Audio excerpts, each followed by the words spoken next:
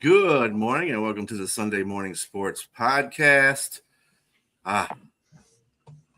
It was an enjoyable pre-show, that's for sure. Thank you, Jack, for that laugh this morning. I don't know if I can recover from this. How's everybody doing this morning? Fabulous. Oh, excellent. All right.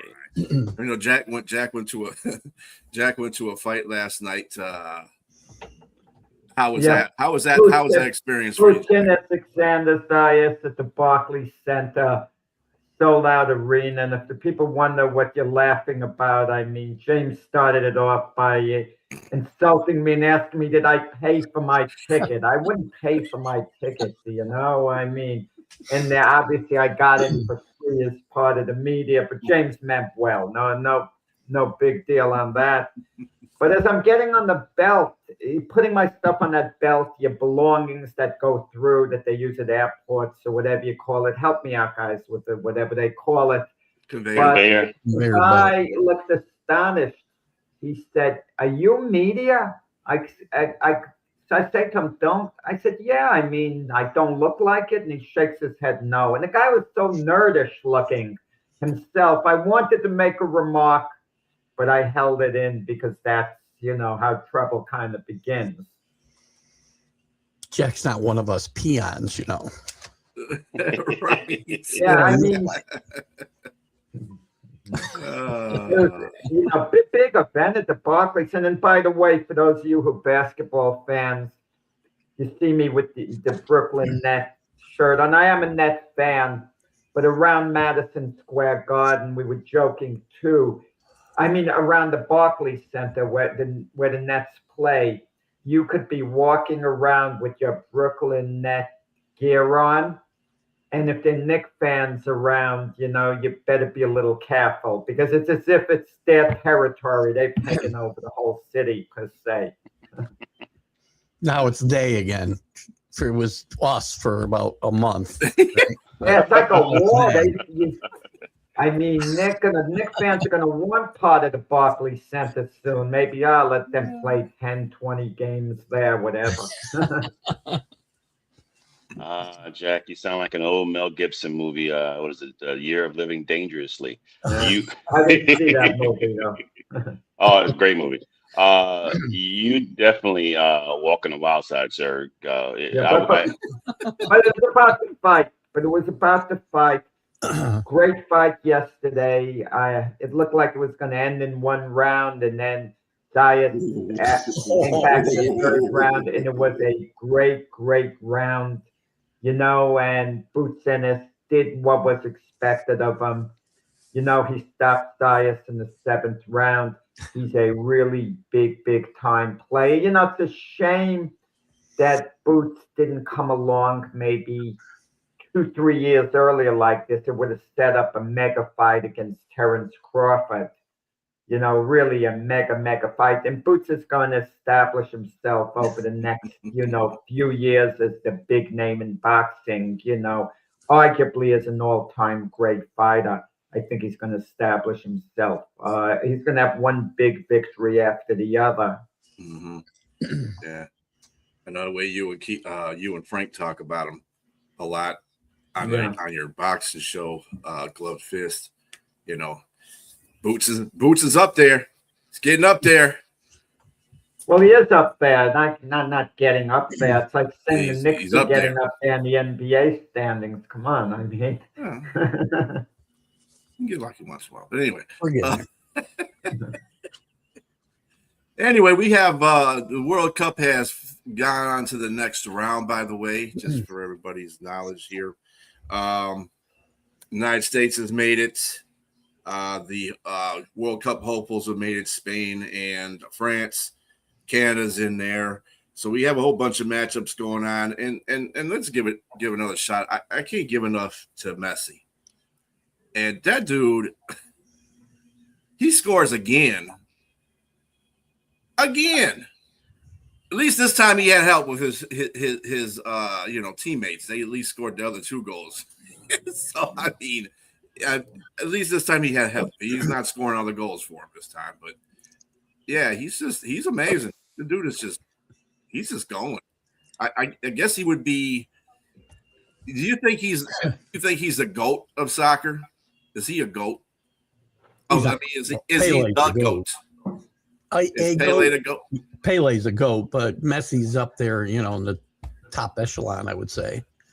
I mean, I think he's a bigger name than Ronaldo in this tournament. I thought we talked about it at the beginning of this tournament. I mean, he's still a good player at 40 years old, I think, 40 plus. And Messi's up there at 38. I think Messi's the best today and of his generation. I really think so. Yeah, when you talk about the best ever, I mean, I'm not really qualified to say. I saw Pele play a lot for the New York Cosmos at the end of his career. I went to a good number of games. But before that, when soccer seemed to be in the dark ages in the United States, when no one even talked about it at all, everyone knew about Pele. Everyone knew his name. And compare that to today's social media.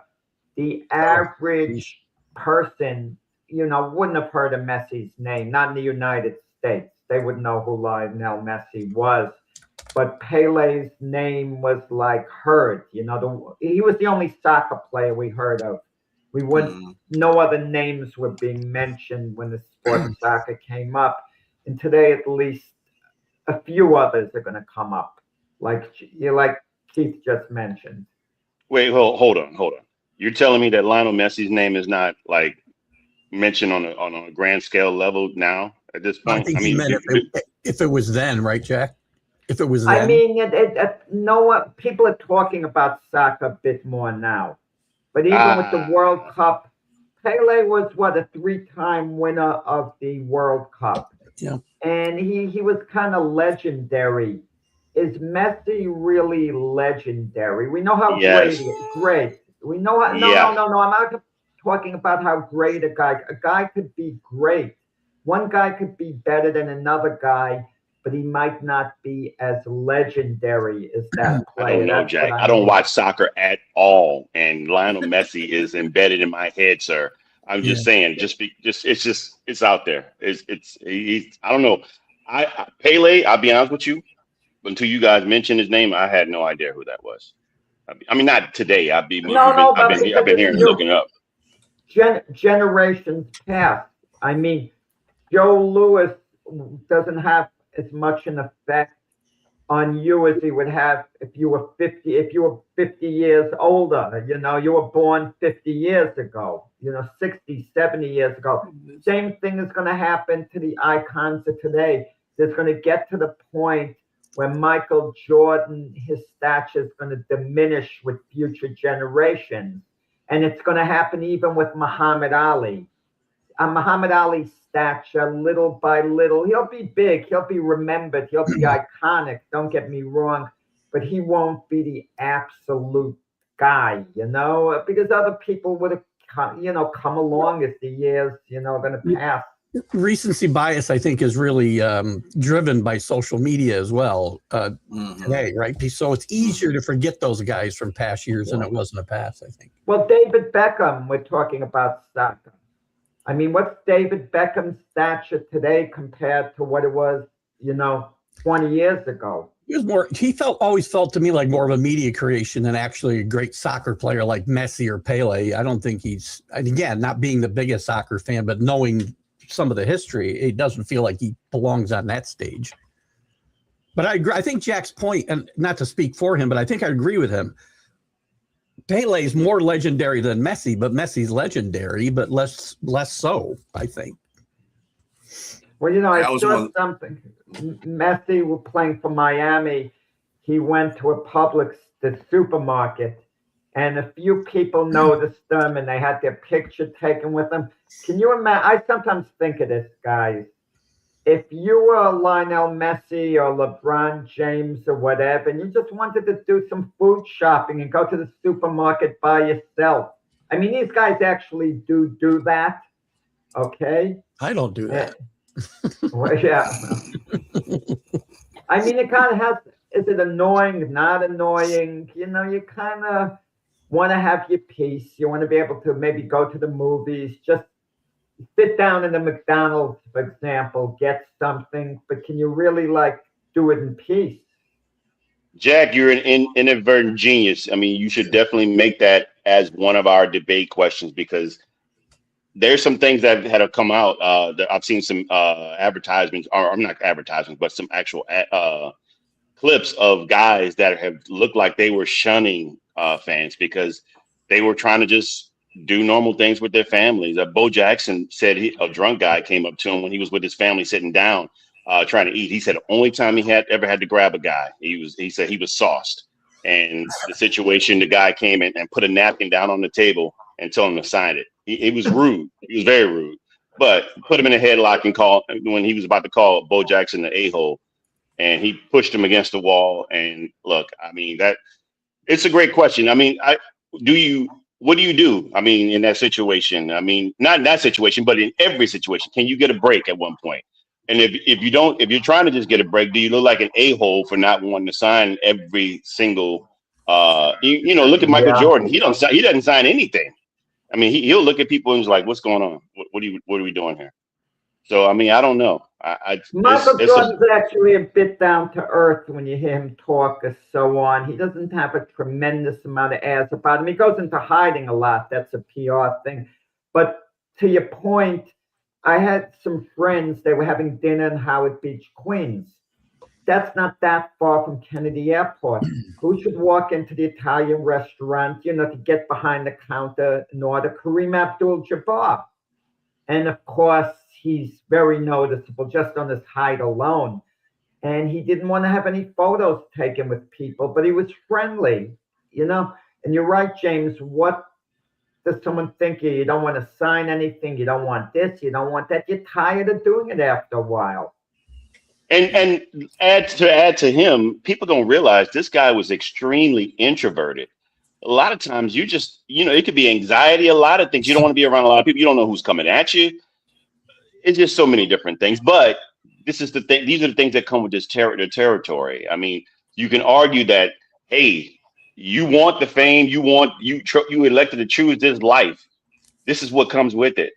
You have to deal with it. I mean, that's an argument. But at the same time, these guys are humans too. So I mean, I don't know. It's a fine line there. But that'd be a great debate question for sure. Yeah, the round of 32 is going to get started today with South Africa and Canada. It's the only game that's on today. But check that out if you dare.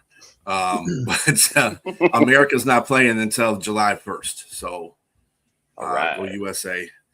And so that's the World Cup in a nutshell right now. Let's get on to Jaylen Brown is finding himself in a whole bunch of stuff now because first of all, Boston wants to trade him. We had this conversation yesterday, Jack, that, you were talking about the team not giving him or respecting Jaylen Brown for, putting him out there in trades and everything like that. And there was one thing that you said that was actually said by the owner of the team on Wednesday, as a matter of fact, and he actually said that he wants to keep Brown by any means necessary because he's a big part of the team. Now, I know. I was going to appear so. Right, yeah. One thing, and here's the other. But anyway, Jaylen Brown is taking exception to the fact that analytics, Bobby Marks, he took exception to Bobby Marks' comments about him not being like the seventh best player on a team. The seventh best player on a team. Well, I didn't hear that. Wait, what was that? Bobby Marks on Saturday suggested that there are mixed feelings about Brown in the league being a trade candidate. Okay. He said executives. There are executives in the league that thought he was no better than the seventh best player in the team. So he didn't say it himself. He was referring to other people. Right. He was referring to other people based on analytics. Right. And Jaylen Brown took exception to that because he says, look, analytics is taking over the NBA. Everything's going AI now. So he says the NBA is going to be the new AI NBA, whatever the case that may be. But yeah, he wasn't too happy about that, and I'm sure he's kind of venting his frustrations off on some other, just because of the whole thing that's going on with him. I don't know. It's just stupid to rely on analytics and say Jaylen Brown. You can think whatever you want about Jaylen Brown. He's better than the seventh best player on a team, any team. I don't care what team you want to mention. I don't think he meant the team. He didn't mean the Celtics. He said that's stupid. Don't even talk about that, Keith. Anyone who throws out something that's stupid and ridiculous, they want you to bite on it. I agree. But the problem, Jack, the problem is that Jaylen Brown bid on it. Yeah, he did. Come on. That's the problem. He bid on it. Calm down, man. You know you better than that. Analytics is ridiculous. According to analytics, next thing we're going to hear about this conspiracy that the league wanted the Knicks to win the NBA title. It was orchestrated. Well, what are you talking about, Jack? It was. I know Keith didn't say, well, no, I was saying, I don't know where you're going with that one. According to analytics, are we going to start championship, responding to it? Come on. I mean, yes. No, I mean, I get the fact that it was said, but I mean, as Jaylen Brown, as a young man, you come on, you're in the situation. I mean, he's probably in his feelings, and he's a little sensitive that he was potentially traded, and so now he's in the situation where I don't know who his agent is, but he needs to get him under grips and just tell him stay off social media for a little bit. How does the league view him though? Milwaukee said no. It appears Minnesota was offered something as well. They said no. So how does the league view Jaylen Brown? That's the question. This guy may not. Again, seventh best on a team is ridiculous. Maybe Boston said no. What they were offered by Minnesota. There's a difference. Yeah, they haven't said what the offer was. Milwaukee said no because Giannis was involved. And what else is Boston going to say? They're going about Jaylen Brown that he's a big part of the team. They want him there because they're not going to trade him for under market value. They're not going to give him away. They've got to get something that approaches his market value, and that's difficult because his market value is high. I mean, the Knicks are not going to break up a championship team, for example, but if hypothetically, if the Knicks didn't win the NBA title and Boston offered Jaylen Brown for Anunoby, Knicks would make that deal in the snap of a finger. If the Knicks hadn't won the NBA championship, the Knicks absolutely would have make that deal. So, but the point is, Jaylen Brown has tremendous value. I'm sorry, I'm going to have to disagree with you. I just think Anunoby, he's probably the second best player on that team. You trade for something that's better. He would be no worse than the second player. Exactly. So why would you trade? The Knicks won the NBA title, so the Knicks would not make that deal now, and they shouldn't. But I'm saying if this were a year ago, or the Knicks got eliminated in the semis, they didn't go to the finals this year, they'd absolutely make the deal. Or if they lost to the Spurs in the finals, it's a deal they would make as long as they could fit in, all the financial parameters. I don't know. He's 29 years old with a whole bunch of money on his books.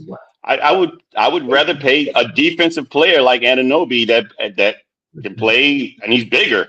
I mean, I wouldn't even trade. I mean, he's a bigger player too, defensively. I mean, I don't know. I would. That's not a good trade to me, in my opinion. That would be a good trade, and he's cheap right now, Anunoby. You can figure out. No. I'm not talking with the financial parameters. I get that, and I agree. But if the money's not an issue, that's what I mean, like player for player. They would have. Jack's not wrong. They would have tried to make a move. I don't know whether Anunoby would have been part of it or not. We don't know that.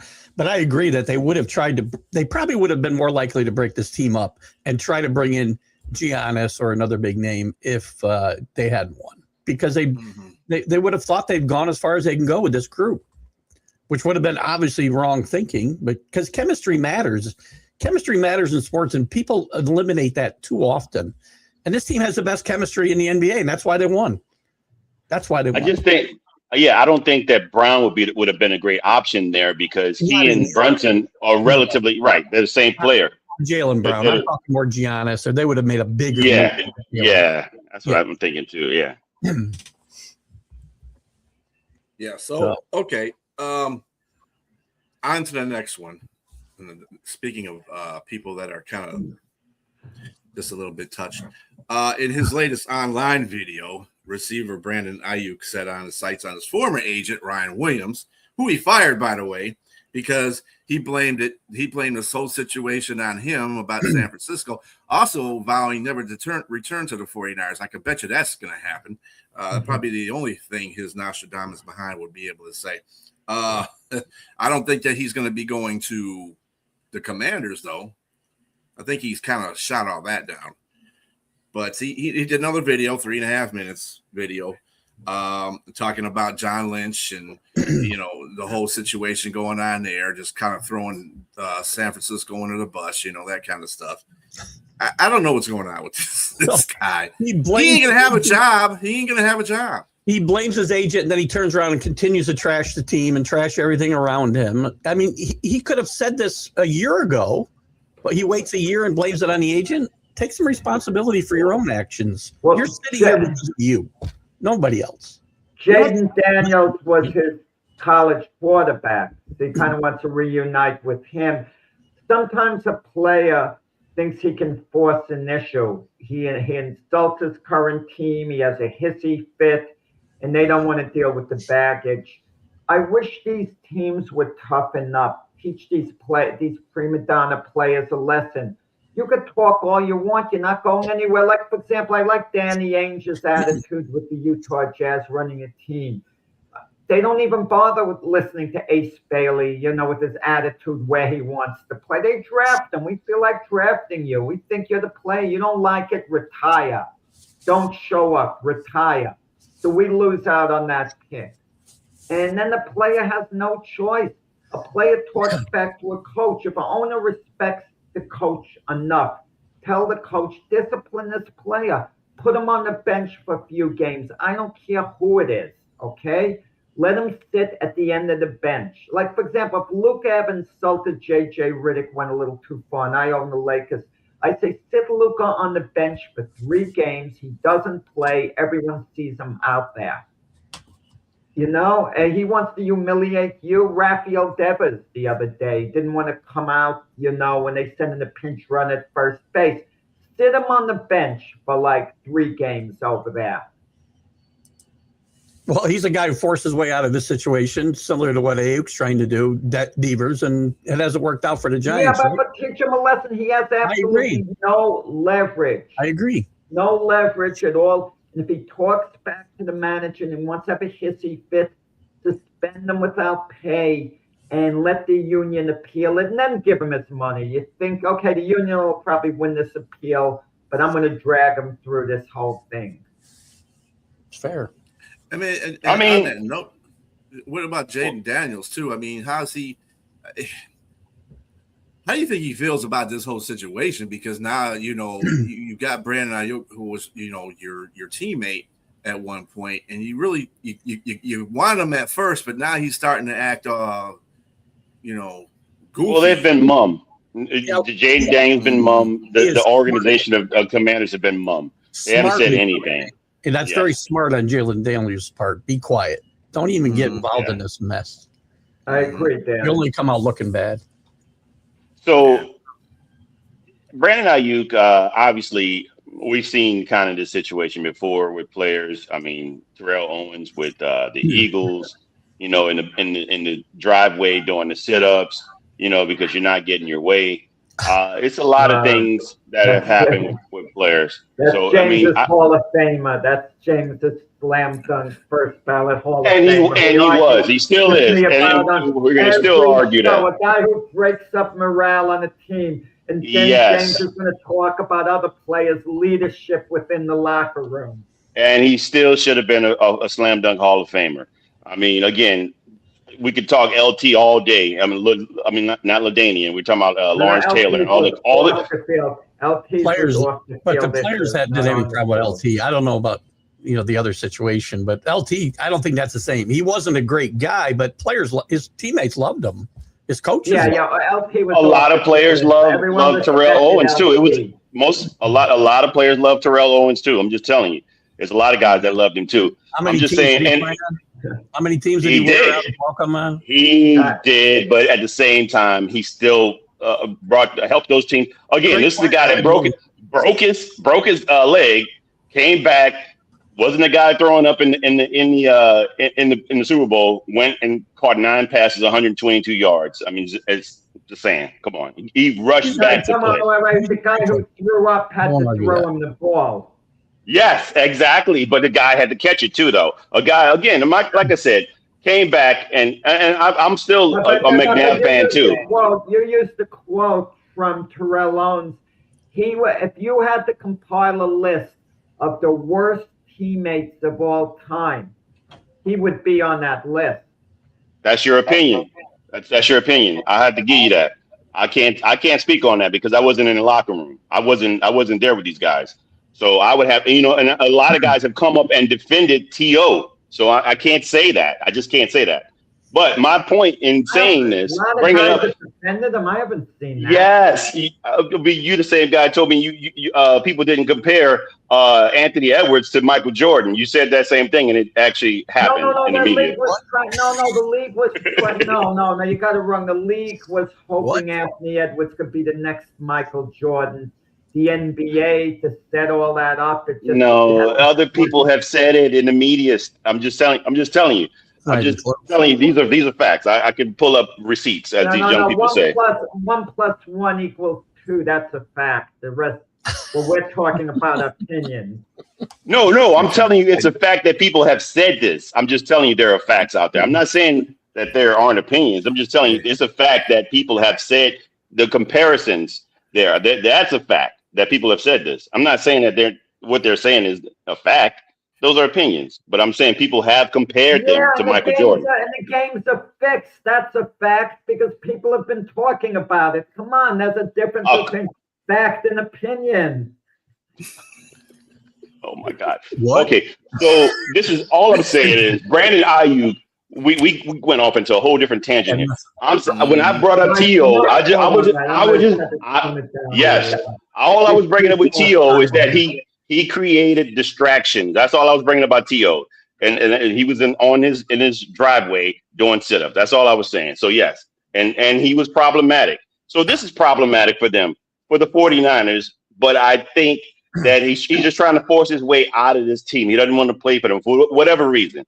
I agree with you guys in regards to the 49ers should make him just do what what they're supposed to, and honor your contract, and you won't pay him. I mean, you just fine him or whatever it is you need to do. 100%. But he's not this is not a good situation for them nor the 49ers. I don't know what all the situation is. Keith could tell you even the situation. When you get Keith in there is George Pickens, how the Cowboys are handling it, franchise tagging him. They called his bluff. If Pickens decides he's going to hold out, not play this, that, his market value is going to go down long term. The Cowboys have all the leverage. They know it. They franchise tagged him. They're not rewarding him with a long-term deal. Somebody will, though, unfortunately. I mean, or fortunately for him. But yes, but Jack's right too. He has hurt his own marketability, right? He will get less money because of the way, again, the people perceive him. I don't think it's fair to compare T.O. to Ayuk, by the way. I think Ayuk is a worse person, if you want to go use that terminology, than T.O. He's hurt his team worse than T.O. At least T.O. is a great receiver, though. Ayuk is a very good receiver. So is T.O. I agree with James. T.O. is great. He's a great. I'm not getting around that. Hall of Fame talent. He's absolutely right. Right. And again, I wouldn't compare him to his situation to LT's situation, but there are other guys that I might. And T.O.'s a better player than Ayuk in my mind. T.O. in his prime, you could argue if he was playing today, would be the best receiver. You could perhaps argue that. But Ayuk isn't as good as Justin Jefferson and Jamar Chase. He's not. Not even close. Exactly. I don't know. I would say that talent-wise, he had 1 or 2 years in the beginning. He was still in the beginning. He got hurt. So it's the jury's still out to say what he is, but now he's wasting. But this isn't helping his case. What he's doing right now isn't helping his case to be that one of those great receivers. He does not have enough resume to sit here and do the things that he's doing right now. And it's not happening. It's not harming San Francisco because they're doing well just without him. So he's really in a bad situation because if you're going to sit here and talk about that team, they might just let you go. I just don't want San Francisco just let him go and let him figure it out because you're sitting here, you're bantering with him about a contract. He ain't going to come back and play. He doesn't want to. It's already set that he don't want to play for you. I wouldn't want him either. So right, and so just let him go. Let him do his thing. Yeah, to reward him, Brian. That's right. Let him have his childish tantrum. Let him get well, who's going to sign him, Jack? Who's going to sign him? Maybe the Commanders would. The Commanders ain't going to sign him after the stuff he's done right now. No. I don't know about that. I agree with Jack. I think maybe they will. If Jaden Daniels advocates very strongly for him, the Commanders are building their team around Jaden Daniels. They would accommodate Jaden Daniels if they could. Somebody will. So B, come on. All the things that Rashee Rice is doing off the field and he's still playing football, I'm just saying talent trumps everything. Like even George Kittle said he saw this guy. You're saying if they let him go, he's going to sign somewhere. I'm just telling you. If they let him go, he's going to sign somewhere. Always one dumb owner. Or two. He might sign somewhere eventually. I just don't think it's going to be immediate. No, like he's saying it's going to be. If he proves himself to still, like George Kittle said, he's running 22 miles an hour. Yeah, he's going somewhere. Yeah, he's talented. I mean, they rather feel what the risks are. Miles an hour. Yeah. No one can run 22 miles an hour. Jack, where are you at? I'm sorry. Well, I'm sorry, Jack. Let's not go back to the decade of Jesse. Wait. A 15. Wait. If you're running a 4-minute mile, that's 15 miles per hour. No, you have got Jack. You never see when they show these guys when they're running on the field, they clock them at how many miles an hour they're clocking. Some of these guys are like at 20, 21 miles an hour. Well, he was seconds. Okay. A cheater runs 60 miles an hour for a few seconds, but it still does it. I mean, just saying it happens, Jack. Steve Austin ran 60 miles an hour. That's why James is a big believer in the combine. He bases his predictions on that. This guy. Jack, hold on. Come on. Stop right there. Overall on a tight end because he looks great in the combine. Won't you look it up at Brandon Ayuk's best season when he had, I believe he had 1,500 yards. So that's what got him his contract. So, I mean, I don't know, Jack. I mean, come on. I mean, he's talented. As crazy as he may seem, or whatever the case may be going, I mean, he's driving fast across in front of the stadium, doing dumb things. He's still talented. That's what the NFL is about. They know these guys are not always together wherever, with all kind of stuff going on, but they still got to play, and they still want footballs. So don't let the air out of footballs. They won't let you play. Ooh, still bitter about that, huh? Nice. No, not at all. Not even a little. Guys, certain players who are like prima donnas, especially wide receivers, late in their career, they wind up kind of practically begging for jobs. Something we haven't discussed in this show is maybe the biggest name wide receiver at one point, OBJ, Odell Beckham. He's back. Now he's back with the Giants. It looks like he's going to make the team. He played for a little while for John Harbaugh for the Baltimore Ravens. So obviously Harbaugh likes him. He wouldn't have even gotten a tryout. if that wasn't the case. So, but Odell Beckham, he's basically just going to be a complimentary receiver. You know, Malik Neighbors is obviously going to be the primary receiver, and we'll see what OBJ could, do, but he's not going to come back as a star. I mean, is he going to make that adjustment or what? He's going to have to, no choice. Yeah, I agree with you. I think he comes in, he spells maybe like a third or fourth receiver. And I mean, he's still got the talent. He's still got the wheels and route running ability to be able to, he's probably going to be more or less a slot guy, it's big for his height and size and speed. If you think about where, what's the guy's name that played for Tennessee and all these other teams? He last played for, he's like probably borderline Hall of Fame. He played for Houston.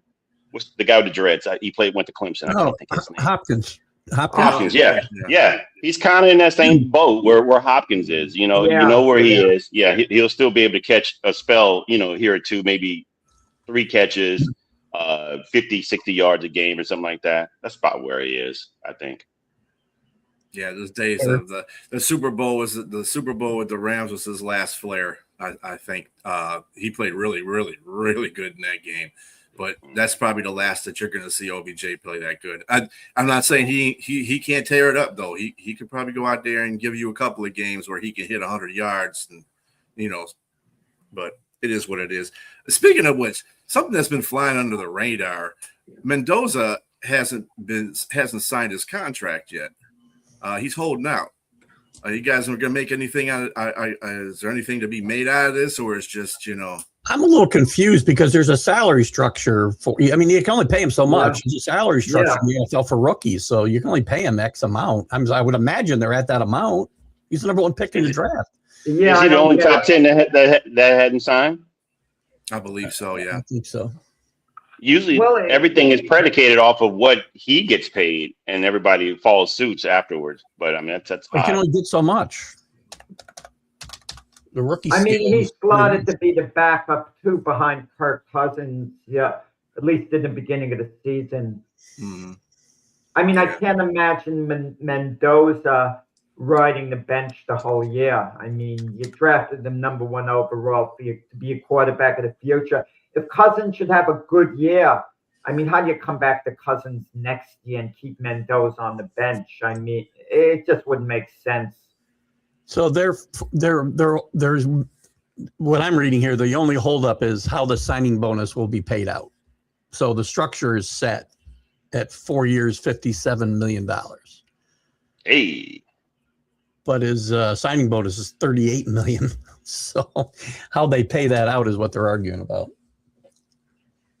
But the holdout, though, I mean, it's something that's just going to bang out. And they're just, making the moves to try to find out the best way to pay it out. I mean, the holdout, though. You're holding out different ways you can hold on. Vita Vea, the great play on the Tampa Bay Buccaneers. He's indirectly holding up. He's showing up, but just standing on the sideline, refusing to take part in drills. And because he's a veteran player, been a big part of the Buccaneers for years, Todd Bowles isn't disciplining him.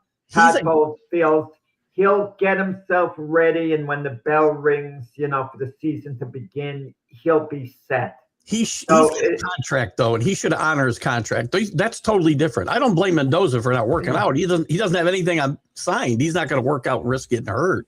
Even if it's non-contact, he's not going out there. But a guy who's got a contract, you should be doing what the team asks you to do every time. In most cases, you're on a contract. Once in a while, if the contract is so ridiculously outdated, the team doesn't want to do anything. You shouldn't have signed it. I can kind of understand you forcing the issue. Like years ago with Scottie Pippen, he made a mistake. He signed for $2.6 million a year for 7 years, and the owner of the Bulls, Jerry Reisendorf, said he didn't think it's a good deal to sign, long term. And after year 2, the contract was completely outdated, and Pippen was stuck in it for years. And Reisendorf held firm. He wouldn't renegotiate. You shouldn't have to renegotiate. But there's a way you could sign a guy to an extension and throw in a massive bonus to for justice to even things out. There are things you can do sometimes. But look, a bigger issue with the Buccaneers is Baker Mayfield, guys. Would you guys pay him elite quarterback money so he could be your quarterback the next 3-4 years? So how would you handle Baker Mayfield's contract situation? He'll be an unrestricted free agent at the end of the season if you don't sign him.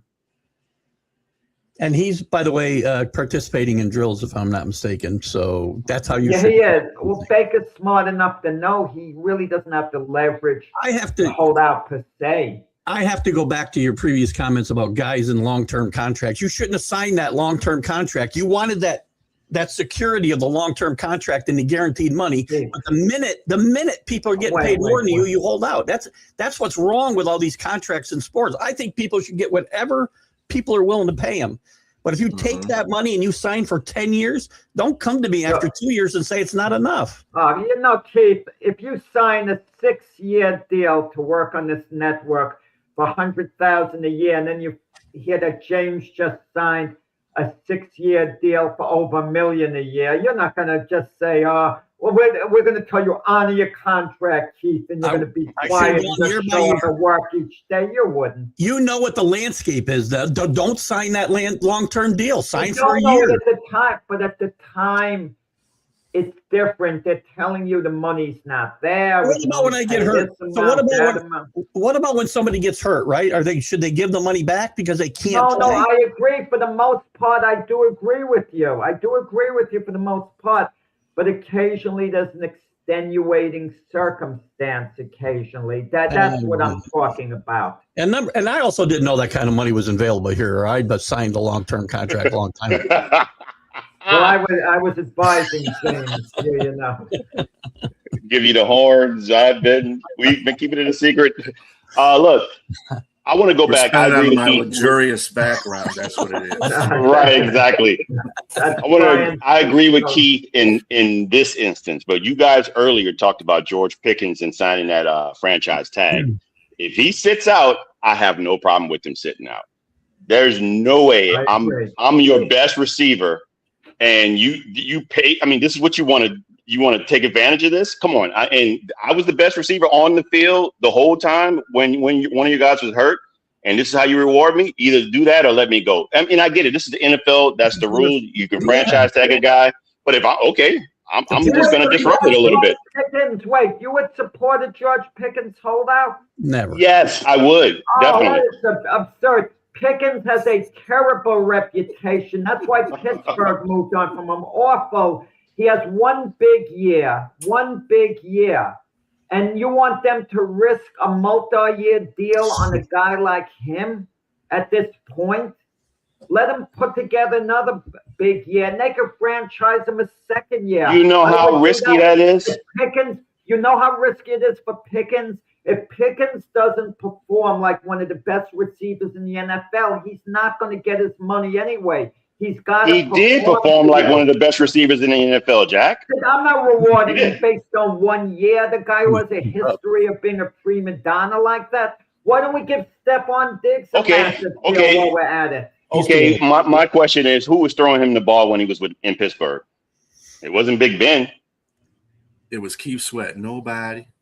But what's the point? They got rid of him. Mike Tomlin couldn't deal with him anymore. They got rid of him for only a third-round draft choice. And it was a great deal for Dallas. Wait. A guy who's no more valuable than a third-round draft choice, you want to pay him like one of the top receivers in the NFL. That's what he was, a third-round draft choice is all Dallas had to give to get him. That's how bad his reputation was. Russell Wilson was a third-round draft choice, and he got paid like he wasn't. I'm just saying, my point is, Wilson was a second-round draft choice. He was a third, sir. Look it up. I know this. Okay, maybe you're right on that. I'll give you that. Okay, but he was a third-round draft choice. Did he sign? Dallas, did he sign the franchise tag contract? Yes, he did. To play. I'm sorry, he signed his contract. But he only signed it. He signed it because he's going to look like the guy that's whole. I mean, he's going to get charged if he don't sign anything. I'm going to tell you this, James. I'm going to tell you this. Justin Jefferson, for example. If the Vikings could franchise Justin Jefferson in the same situation, they would never do it because there is a team player. They are going to work out a multi-year deal with him because he's not a troublemaker. And Pickens, by the way, there was one game last year, it was questioned whether he was putting out all out. And believe me, the Dallas Cowboys hierarchy probably studied that game film pretty carefully and saw, he probably did let up on a couple of plays because he was ticked off. Jack, is Jack okay? Oh, Jack, all these wide receivers are divas. So you just named Justin Jefferson.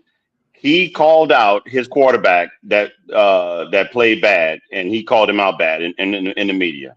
We're talking about in the offseason, he made a remark finally. It was brutal what was going on with the quarterback position. You just proved my point. It was brutal. I mean, it was not good. I mean, I get it. I mean, but still, he said something. My point is, Justin Jefferson, before this quarterback came, had a good quarterback. So you didn't really see you didn't see the bad side of him.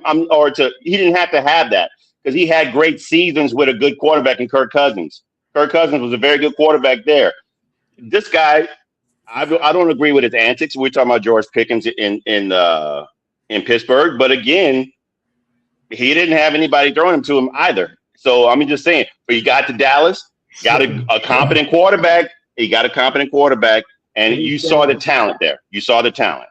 So James, my point is, $28 million. Well, guys, he's getting $28 million a year. That's not low-level money. Okay, it's not the 38, 40 million, but that's good money still. If he has a good year, they can franchise him again. Show your work. If he's put together a couple of top seasons, and even if he's going a year at a time, the money is going to be there. Unless he gets hurt, and then the team assumes the risk. You want the team to assume all the risk. His agent is Drew Rosenhaus. I'm pretty sure he's instructing him what to do. You got a back injury or something like that? Fine, just sit out. He's going to sit out. I'm just telling you what's going to happen. Will just go down. It's not going to drop. It's not going to drop. It's not going to drop. That's just not how that works. If they trade him, some team that wants that talent that put up 1,400 yards and double-digit TD. I'm telling you, if you don't play, they're either going to pay him or trade him. They're going to do one of the two. There's Raider rumors right now. Raider rumors right now with Pickens. Is it really? Yeah. Yahoo Sports, I think, was reporting that there was a potential deal on the table that would involve Crosby, Pickens, and draft picks back and forth. Okay, but that's a deal that can help both teams conceivably. Yeah, exactly. Yeah, I'm good with that. No, I'm good with that. The Dallas shores up their defense. If Crosby is healthy, Dallas gets to better that deal. And that's what we're talking about. Dallas' defense. Their defense is pretty good right now. Pickens to the Raiders. On paper. Yeah, I mean, no, there'll be a great influence on Mendoza. I'm sure at some point. I just want to point out a couple things to you too, Jack. Players in this day and age do get paid after they have a really good season. Case in point, JSN, highest paid receiver. He had a great season last season. He was the offensive player of the year, wasn't he? So I mean, and that he's only been in the league 2 years. So, and his first year was okay, was pretty good, but his second year he exploded, and they paid him for that. But has there been any issues with him? Difficult to get along with? It's easy to get along when everything's going great. I'm just saying, when things are not great, all that stuff becomes exponentially exposed. So it's $28 million a year, guys. He's not getting $10 million, $28 million. It's somewhat under market value, but not greatly right now. Let him put together a big season for Dallas. Let Dallas get at least to the playoffs, and then we see that Dallas could franchise them next year. They'll have to give him a few million more under the rules of the franchise tagging a second time, and take it from there. Well, I mean, Play it look out at you for got free agency. It's an open market system. James brought up a good point though about when we were talking about Brandon Ayuk. The dude can act crazy all he wants, as long as he's out there murdering people, running people over, or holding people, or kidnapping people. He's going to be fine, and somebody's going to sign him because the character issue doesn't make a difference. It's at the end of the day, these teams are looking who's going to make the plays on their team. Okay, listen, James and myself disagree, which is fine. You know, that's cool. But Brian, you and Keith are being on the fence. At least James, I give him this. He comes out. You always know where he stands on the issue. He needs to. As ridiculous as it might be at times. At least with James, you know what you got. But you, Brian, and Keith like to play at both ends. I do not ride the fence. I am very strong in my opinions, and I said very clearly. Well, I don't even know where you stand. I don't even think James knows where you stand on this. Long enough for me to tell you where I stand. I'm sorry, Jack. I said several times, if he signed the franchise tag contract, he needs to honor it and go to play. Don't sit out. Honor your contract. Would you sign him? But no. James is saying straight up, I would sign him to a multi-year deal. You're the guy who's wishy-washy, by the way. You say this doesn't mean you want his contract. I mean, come on. Well, James feels it's unfair to Pickens this franchise tag. You're not saying whether it's unfair. What would you do if you were Dallas? It's the rules. I deal. I would do it 100% what they did. Franchise him and see that this he can do this another year. You disagree with James. What about you, Brian? I think they should honor the contract. Whatever is put in place for Pickens to do, they should honor Brian's the contract. The only one on the fence now. However, this first of all, as much as everything is the same, it's different. Everybody's player situation is different. Like for instance, Jameson Williams from Detroit. He had a bad start coming out the gates. He was injured for a year. Then he had a gambling issue that was going on. He was out for 8 games for that. He had growing up to do. But you know what? The Lions stuck with him and they paid him. And you know what that dude's been doing since they paid him? Just stepping up every year. If the team's willing to renegotiate, that's fine. But I'm saying if the team isn't willing, you need to honor the contract. Questions should. That's what we were talking about. James said what Dallas should do, and he sides with Pickens in this. Brian, you didn't answer the question. Best for a franchise. Let's get it direct. Forget the Detroit Lions, whose window seems to be closing rapidly here. How to get that in? Trying to keep it open. My goodness! Well, at least our windows are closing. The Jets have never opened. But anyway, Jets window's been nailed shut. Nailed shut for quite a while. I'm trying to throw my team under the bus. What the hell? What do you want to know, Jack? What do you want to know?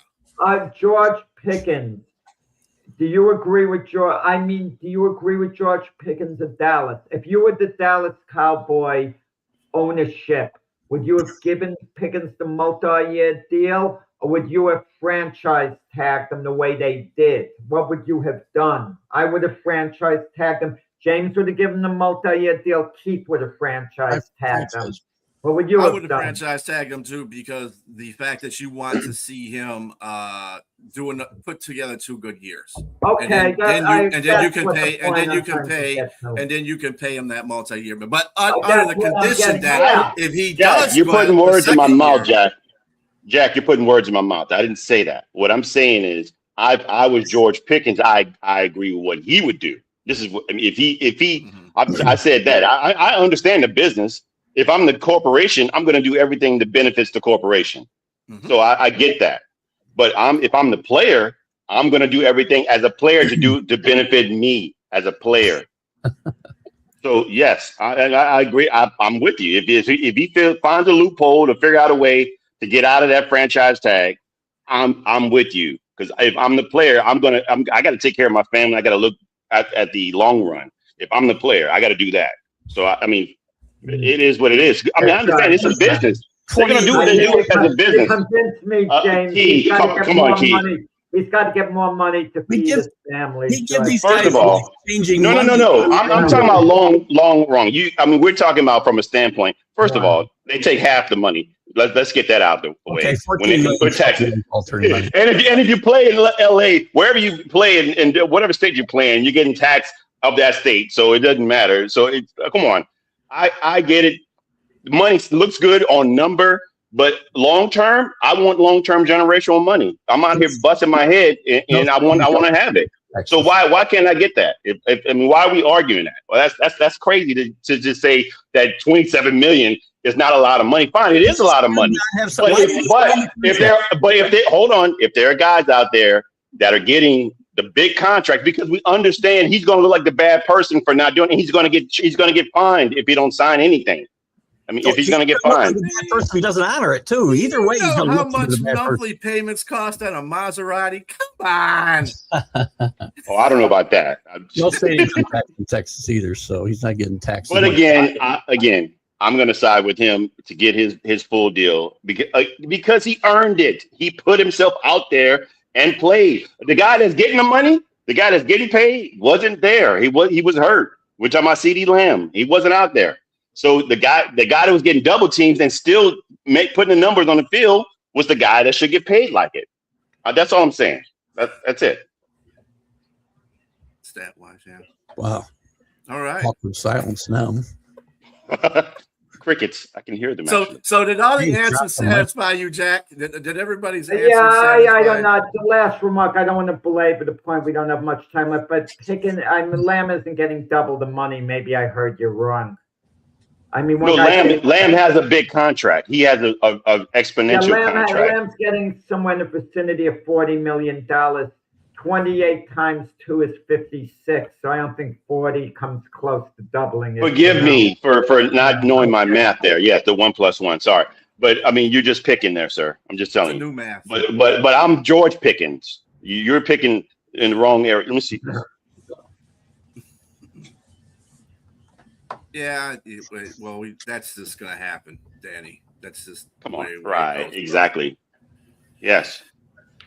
All it is. Hey, just before we go, I just want to let you know, hey, Wimbledon's getting ready to start, and not my favorite one is playing back in the court. Serena Williams.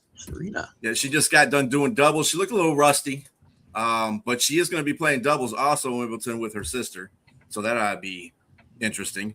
But she's back in there.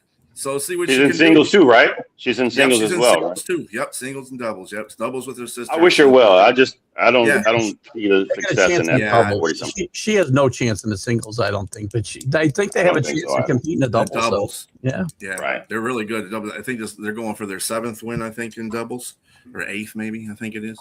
So congratulations to her. I hope she does well. Well wishes to them. And by the way, up next, stay tuned for Keith Ingles' Stream of Consciousness.